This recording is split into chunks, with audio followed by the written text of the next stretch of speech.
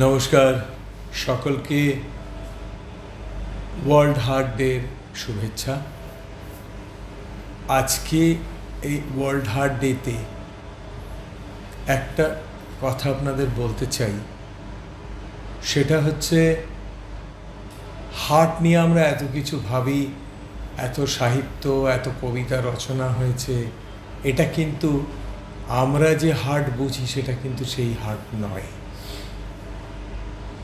এই যে হার্ট যেটা আমাদের সারা শরীরকে জন্ম থেকে মৃত্যু অবধি সচল রাখে, সেই হার্ট বৈজ্ঞানিকদের ভাষায় একটা পাম্প। ঘরে যেমন জলের পাম্প থাকে, সেরকম ইলেকট্রোমেকানিক্যাল একটা পাম্প। এই পাম্পের মধ্যে ভালভস আছে যারা তরলের গতিকে এক ডিরেকশনে নিয়ে যেতে সাহায্য করে। এর মধ্যে মাংসপেশি আছে যারা নিরন্তর সংকুচন এবং প্রসারণের মধ্যে দিয়ে হার্ট তার কাজ করে। এছাড়া এতে আছে বিদ্যুতের সাপ্লাই, যেটা একটা জেনারেটর থেকে একটা ডিস্ট্রিবিউশন পয়েন্ট হয়ে 3টে তারের মাধ্যমে হার্টে পৌঁছয়। আর চতুর্থ আছে শিরা অর্থাৎ ব্লাড ভেসেলস, যারা এই মাংসপেশিগুলোকে খাবার পরিবহন করে। হ্যাঁ, হার্টের ভেতরে যে রক্ত থাকে, সেই রক্ত থেকে কিন্তু এই মাংসপেশিগুলো মানুষের ক্ষেত্রে খাবার পায় না। ব্যাঙের ক্ষেত্রে তারা ওখান থেকেই পায়, কিন্তু মানুষের ক্ষেত্রে এটাই বাইরের ধমনীগুলোর সাহায্যে হার্টে পৌঁছয়। ওয়ার্ল্ড হার্ট ডেতে আমরা প্রথম বলতে চাই যে রোগ নির্ণয় করা এবং রোগ ঠিক করার চেয়ে বড় ব্যাপার হচ্ছে তার প্রতিরোধ করা। তাই প্রিভেনশন অফ হার্ট ডিজিজ যত সময় যাচ্ছে একটা বিরাট আকার ধারণ করছে চিকিৎসা ক্ষেত্রে। বাট আমরা কি প্রিভেন্ট করি? হার্টের যে ভ্যালভগুলো, তার যে অসুখটা হয়, সেই অসুখটা বয়সজনিত অথবা একটা পার্টিকুলার ব্যাকটেরিয়ার ইনফেকশনের জন্য। লাইফস্টাইল দিয়ে এটাকে প্রতিরোধ করা যায় না, কেননা বয়স কমানোর কোনো রাস্তা নেই। এই ব্যাকটেরিয়াল ইনফেকশনের প্রতিষেধক একটা মাত্র ইনজেকশন, পেনিসিলিন ইনজেকশন, যেটা বেশ কিছু বছর ধরে নিলে এই ভ্যালভগুলো যারা এই রোগে দ্বারা আক্রান্ত, তাদের ক্ষেত্রে ভ্যালভগুলো বাঁচানো সম্ভব। মাংসপেশির যে অসুখ হয় তাকেও প্রিভেন্ট করা যায় না। সেটা আইদার কোনো অসুখের ফলস্বরূপ অথবা আমাদের জিন গঠিত কোনো সমস্যার জন্য।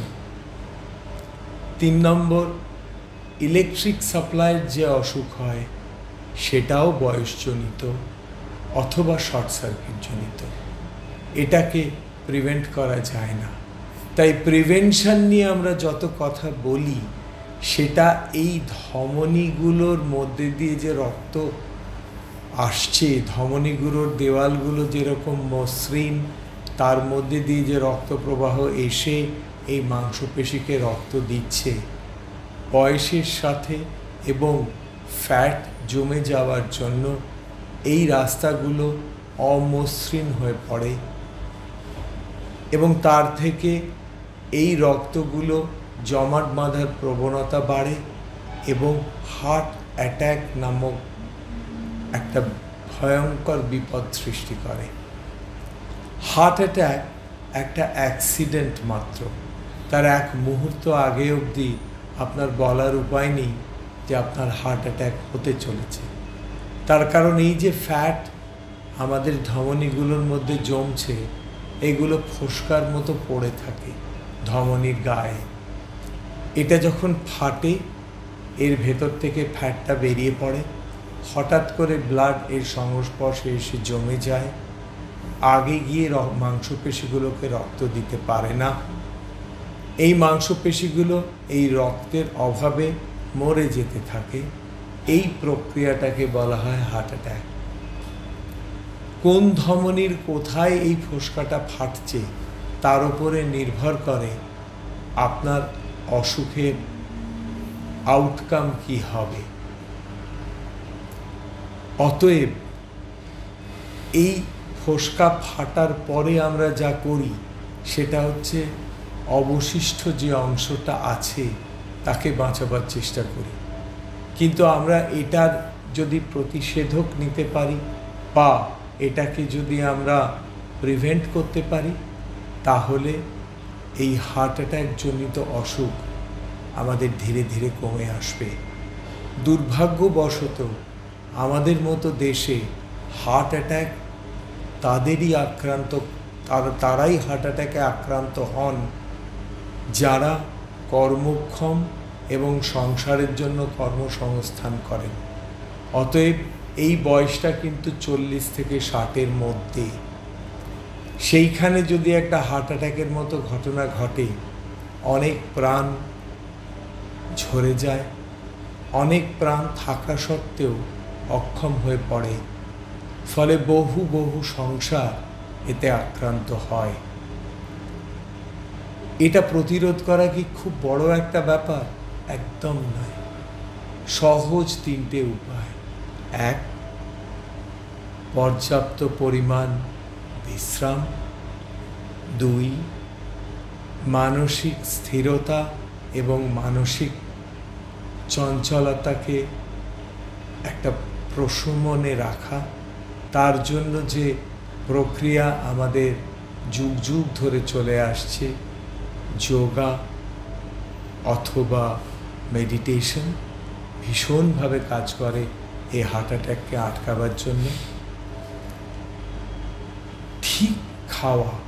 আজকে আমাদের খাওয়াটা বিশদভাবে পরিবর্তন হয়ে গেছে এবং গুচ্ছ গুচ্ছ জার্নাল লেখা হচ্ছে কি খাবো তাই নিয়ে।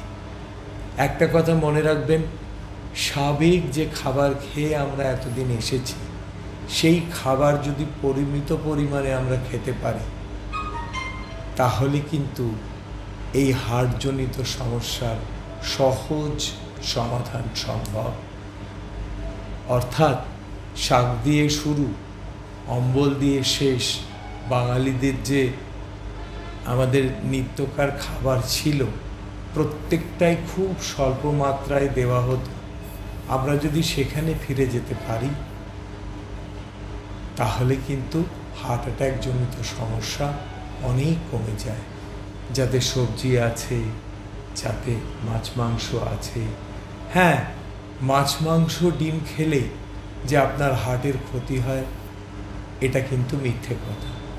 এটা অপরিমিতভাবে খেলে ক্ষতি হয়, পরিমিতিতে কোনো অসুবিধা নেই।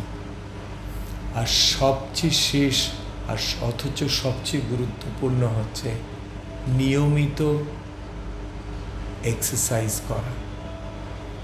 খুব সহজ, আপনার হাতে কোনো সময় নেই, দিনে মাত্র 30 মিনিট হাঁটুন। 2.5 কিলোমিটার পার আওয়ার গতিবেগে 30 মিনিট। এটাকে আপনি ইচ্ছে করলে 10 মিনিট 10 মিনিট 10 মিনিটেও ভেঙে নিতে পারেন যদি আপনার সময়ের অভাব থাকে। কিন্তু এই 30 মিনিট হাঁটা, এখানে স্পিডটা ইম্পর্ট্যান্ট।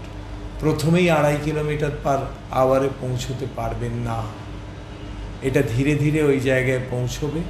কিন্তু পৌঁছানোর পরে এই 2.5 কিলোমিটার গতিবেগে যদি আপনি হাঁটতে পারেন দিনে 30 মিনিট, শতকরা 80% হার্ট অ্যাটাক ওখানেই প্রিভেন্ট করা সম্ভব। আপনারা সবাই ভালো থাকুন, সবাই সুস্থ থাকুন। এর চেয়ে আরও বিশদভাবে হার্টের বিভিন্ন জিনিস নিয়ে যদি প্রশ্ন থাকে, আমাদের পরবর্তী যে অনুষ্ঠানগুলো আসবে, যে পরবর্তী এপিসোডসগুলো আসবে, অধ্যায়গুলো আসবে, আপনারা তার জন্য আমাদের দেওয়া ফোন নাম্বারে ফোন করুন বা ইমেলে লিখুন আপনাদের প্রশ্ন। আমরা এক একটা অধ্যায় এক একটা প্রশ্নের উত্তর দেব। নমস্কার।